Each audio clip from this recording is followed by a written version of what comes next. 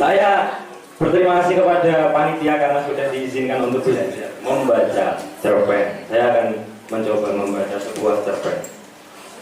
Judulnya Pring Retetek Gunung Samping Ambrol, karya Seno Bumira Aji Dharma.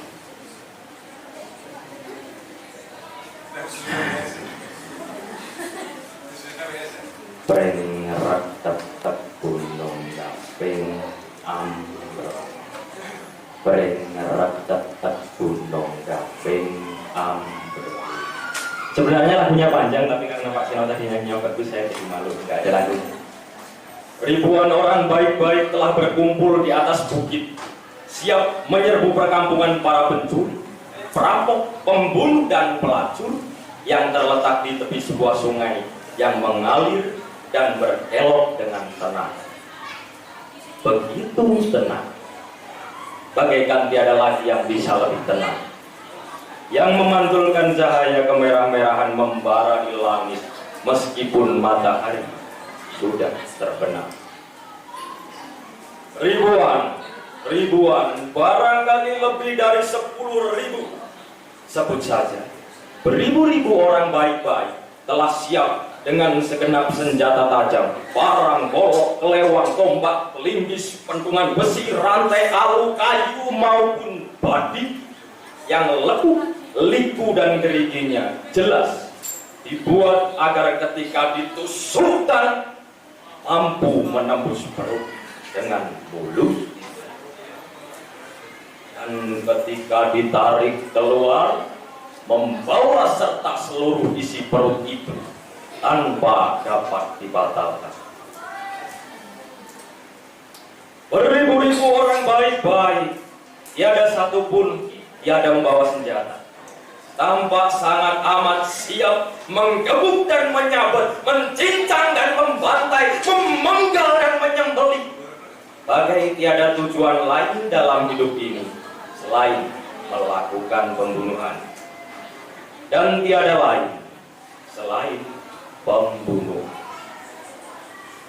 Orang-orang baik-baik yang sebelumnya tampak sebagai orang-orang yang selalu ketakutan karena memang penakut dan pengecut jika sendirian, mendadak bagaikan kerasukan setan ketika melebur dalam jumlah ribuan. Terdengar dentang parang saling diadukan seperti tiada sadar lagi untuk ditetakkan. Suara kelewang diasah pada batu basah demi jaminan betapa darah pasti akan tersemburkan. Semua orang sibuk dengan alat-alat pembunuhan, senjata tajam maupun senjata tumpul yang telah disahihkan untuk memberlangsungkan pembunuhan. Sebentar lagi, tepat pada saat hari menjadi gelap, telah disepakati menjadi waktu penyerbuan. Jika mereka masih tidak mau menyerahkan pemerkosa itu, kata seseorang sambil mengacungkan perlungan, perkampungan itu harus dibakar.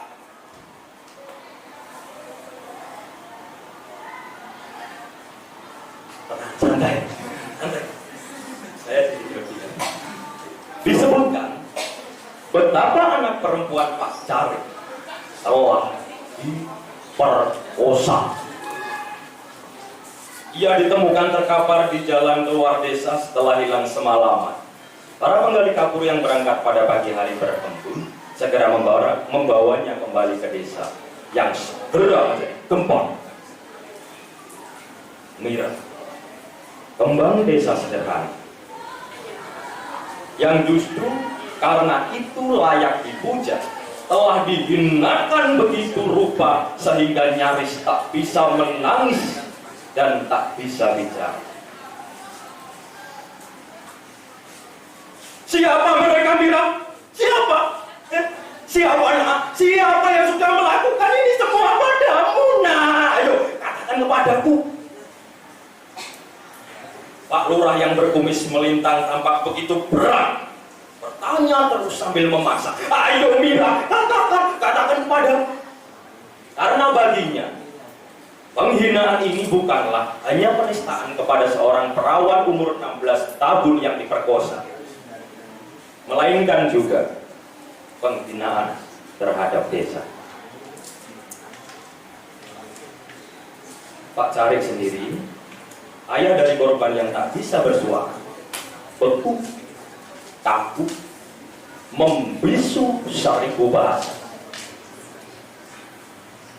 Katakan Mira, katakan, supaya aku tidak salah membunuh orang. Ayo, katakan, katakan. Wajah Mira sendiri sulit diceritakan, karena perasaan yang terbayang di wajahnya pun mustahil diterjemahkan. Namun cerita para penggali kubur tentang kain kebayanya yang moyak-moyak dan centang preman tanpa harus bernoda darah segala, bagi orang-orang desa itu sudah lebih dari segala pengungkapan. Sebetulnya belum jelas juga bagaimana Mira bisa ditemukan terkapar pada pagi hari di tempat itu. Di desa terpencil seperti itu, anak gadis seperti Mira pasti sudah berada di rumah pada waktu pukul 6 sore. Untuk berada di sana, seseorang atau beberapa orang harus menculiknya. Dan pikiran semua orang memang Mira itu pasti diculik, diperkosa di tengah jalan itu, lantas dibuang. Tepatnya lebih baik begitu, supaya ada pihak yang bisa diganyang. Tidak jelas juga mengapa kecurigaan dan kesalahan harus dialamatkan kepada perkampungan para pencuri. Kenapa coba? Namun beberapa saat lagi, ribuan orang yang merupakan gabungan dari 20 desa di sekitar pegunungan Kapur itu sudah akan menyerbu perkampungan.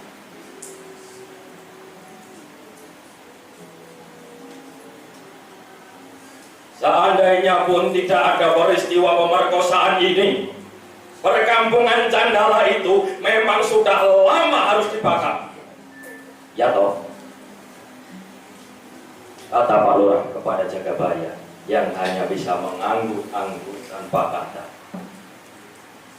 Sebagai penjaga keamanan, ia tahu betapa selama ini hanya menjadi tertawaan para pencuri, perampok, pembunuh, dan pelacur yang menghuni perkampungan itu. Jalan keluar itu memang terarah menuju perkampungan di bawah sebuah bukit kapur. Tetapi penduduk desa tidak pernah menapakinya turun ke sana, melainkan percabangannya yang menuju ke atas tempat mereka melingkis dinding-dinding bukit kapur dan mengumpulkan bongkahannya yang menggelinding. Batu-batu kapur yang putih kekuning-kuningan telah lama menjadi sumber kehidupan mereka. Sampai mereka lupa sebelumnya orang tua mereka mendapatkan penghasilan dari mana. Di pegunungan Kapur tidak ada sawah. Jadi nenek moyang mereka, bahkan sampai kepada orang tua mereka yang beberapa di antaranya masih hidup, tentu mempertahankan kehidupan dengan segala cara. Mulai dari berburu dan menjerat binatang, mencari ikan di sungai, dan sekadar berkebun di tengah hutan supaya ada yang bisa dimakan. Bagi mereka yang belum pernah melakukan perjalanan keluar desa, dijamin tidak pernah mengunyah nasi dan sudah cukup bahagia dengan ubi. Ketika jalan aspal dibuat nun di balik pegunungan Kapur, dan dari jalan aspal itu muncul sejumlah truk yang bersedia membeli dan mengangkut bongkahan batu-batu kapur, tidak kurang dari 20 desa sampai hari ini hidup dari penggalian kapur. Dalam waktu 40 tahun, wajah pegunungan itu sudah berubah. Apa yang semula tampak sebagai pegunungan dengan punggung bukit memanjang, separuhnya kini lebih terlihat sebagai dinding-dinding tegak lurus dan jurang-jurang baru yang terbentuk karena penggalian. Maka jalan setapak bisa juga berarti jalan setapak dengan sisi, dan jalan setapak dengan jurang yang dalam di sisi kiri dan di sisi kanan.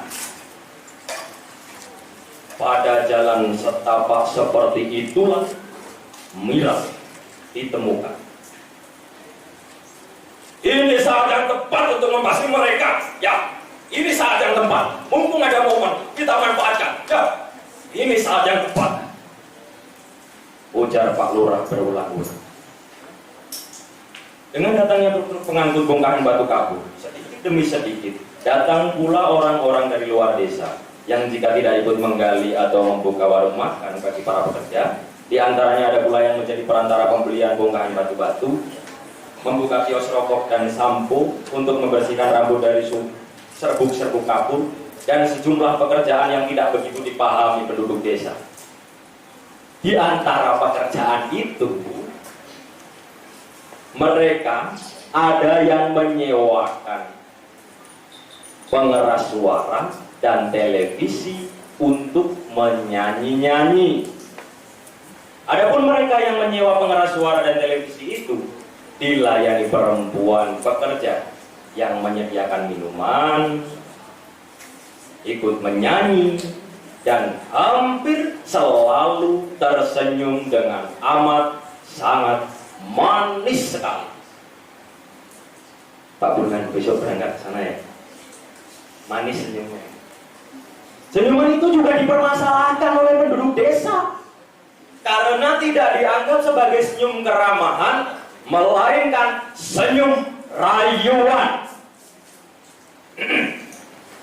Senyum rayuan beracun, sungguh terlalu, kata orang-orang yang merasa wajib menjaga kesucian di setiap desa orang baik-baik.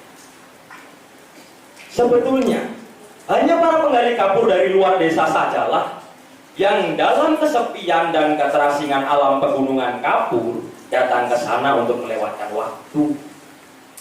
Namun pemandangan orang bernyanyi-nyanyi dan tertawa-tawa rupanya memberikan perasaan yang tidak menyenangkan bagi orang-orang yang merasa dirinya suci. Lagi pula, siapa bilang penduduk desa suatu hari tidak akan pernah tergoda? Tentu saja, senyum yang manis adalah senyum yang manis, apalagi jika itu senyuman yang manis sekali. Manusia yang bermata dan berhati tidak akan terlalu keberatan jika suatu ketika secara sukarela merasa lebih baik tergoda saja.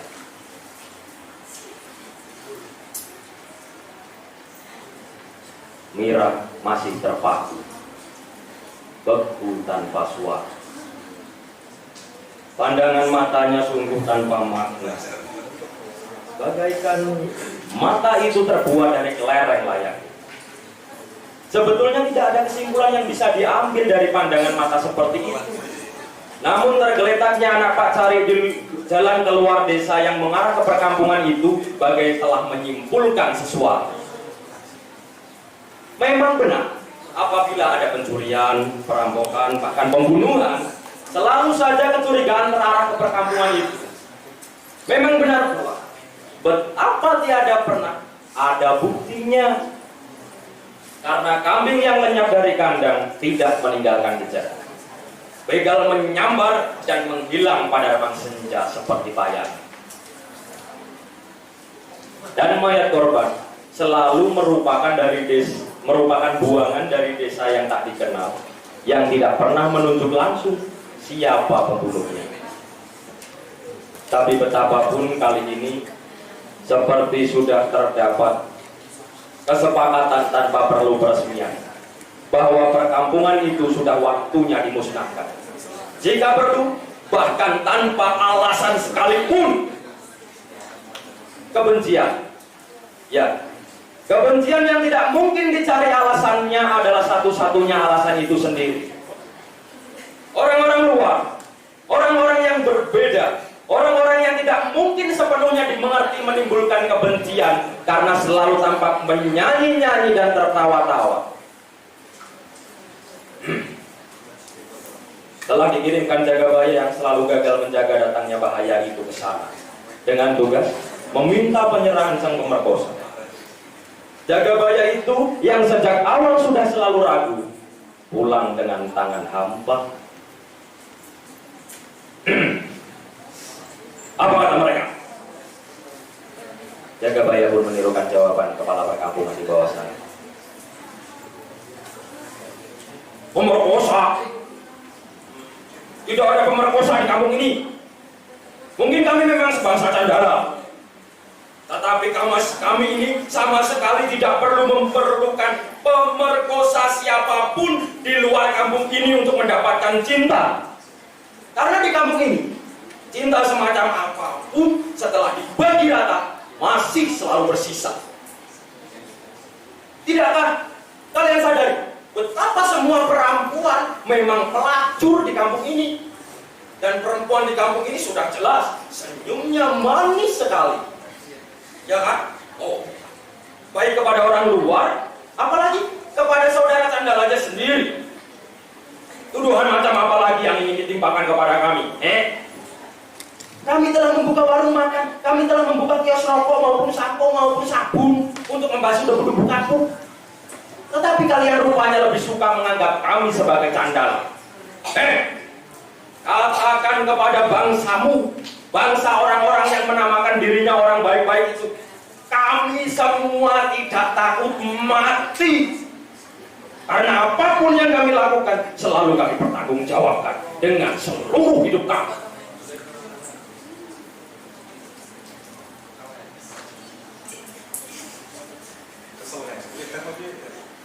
Dalam keremangan, tetap saja terlihat betapa wajah Pak Lurah merah dan padam. Dasar becat! Ia mengangkat pedangnya bagaikan Dresta Jumena bersiap memimpin bala tentara Pandawa dalam perang Baratayuda. Langit yang tadi kemerah-merahan dan membara memang sekarang sudah gelap. Perlu waktu seharian penuh untuk berkeliling dari desa ke desa, meyakinkan setiap lurahnya untuk membasmi kampung Candala. Serbu! Serbu! Serbu! Maka ribuan orang baik-baik dari 20 desa yang mengelilingi bukit bersama lurahnya masing-masing segera menyerbu ke bawah dengan senjata di tangan. Mereka berlari dalam gelap sambil berteriak-teriak, sebagian besar untuk menutupi ketakutannya sendiri. Ada yang tersandung batu dan jatuh tertelungkup, lantas mati terinjak ribuan penyerbu di belakangnya. Ada yang menahan lari karena takut mati, tetapi terseret dan terpaksa melaju ke depan jua. Ada pula yang menyerbu dengan semangat, tekad bulat, seolah-olah memang membela kebenaran dan keadilan. Meski jika diamati jelas tidak menguasai cara bertempur sama sekali. Namun dalam kegelapan, segala perbedaan hanya melebur dalam gelombang penuh amarah. Karena berita yang tersebar dari mulut ke mulut bahwa Mira, putri Pak Candi, telah diperkosa. Siapa lagi pelakunya kalau bukan begundal dari kampung Candala? Serbu! Serbu! Ya!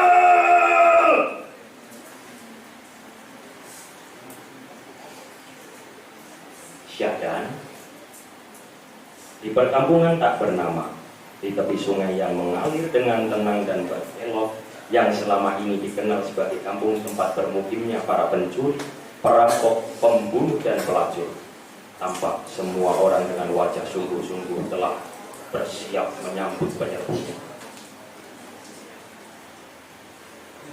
Mereka tidak perlu berteriak-teriak dan hanya dengan saling memandang telah sangat siaga. Jumlah mereka juga tidak sampai 100 orang, tetapi wajah-wajah mereka menunjukkan keberanian yang luar biasa. Nyaris tidak ada seseorang pun yang memegang senjata, karena apapun yang dipegangnya bisa menjadi senjata yang sangat berguna. Ada yang memegang batang kayu, ada yang memegang gagang sapu, ada pula yang cukup memegang sebatang lidi. Para pelacur yang senyumnya manis, begitu manis bagaikan tiada lagi yang lebih manis. Ada yang tampak mengebutkan selendang, dan ada pula yang menggenggam ratusan jarum. Tidakkah segenap orang-orang baik-baik itu menyadari betapa tindakan itu seperti bunuh diri saja? Tidakkah mereka sadari betapa para candala, jika memang candala dan tiada lain memang candala, yang selalu terpinggirkan dari zaman ke zaman, tentulah jauh lebih siap menghadapi pertempuran terbuka daripada mereka. Meskipun dikeroyok orang baik-baik begitu banyaknya. Tidakkah sering mereka bicarakan surga? Meskipun tak pernah ada dan tiada akan pernah ada buktinya, betapa para candala sebagai manusia memang dikdaya dengan segala mantra sirap, tenung, teluh, obat tubuh, dan setelah merapal ilmu-ilmuan, kalau perlu bisa menghilang bersama senja. Tidakkah ribuan orang baik-baik yang menyerbu bagaikan air bah menuju perkampungan candala di pegunungan Kapur itu tak sadar, tak sadarnya tak sadar, betapa batang kayu, gagang sapu, dan sebatang lidi itu sekali digerakkan sembari melenting-lenting di atas kepala akan memakan korban jiwa. Setidaknya ratusan jiwa dalam seketika. Begitulah ribuan orang baik-baik yang sedang berteriak-teriak sambil berlari-lari itu, betapapun tidak pernah membayangkan bagaimana selendang yang halus dan wangi akan dapat memecahkan kepala, dan betapa ratusan jarum dalam genggaman seorang wanita yang senyumnya manis akan melesat seketika bagaikan permata untuk mencabut ratusan nyawa. Banjir darah akan membuat bukit Kapur itu menjadi merah. Serbu! Serbu! Teriakan membahana yang terdengar dari jauh itulah yang telah menggugah kembali kesadaran Mira, sehingga matanya yang semula bagaikan kelereng itu kini tampak bersukma dan bibirnya bergetar-getar mau bicara. Namun betapapun segalanya bukankah sudah terlambat? Sangat terlambat. Kesadaran Mira sangat terlambat. Sudah terlambat bagi Mira untuk menyampaikan bahwa yang telah menyambarnya ketika ia kembali dari sumur pada pagi buta, melarikannya ke jalan itu dan berusaha, masih berusaha memaksakan suatu kehendak yang tidak dipahaminya,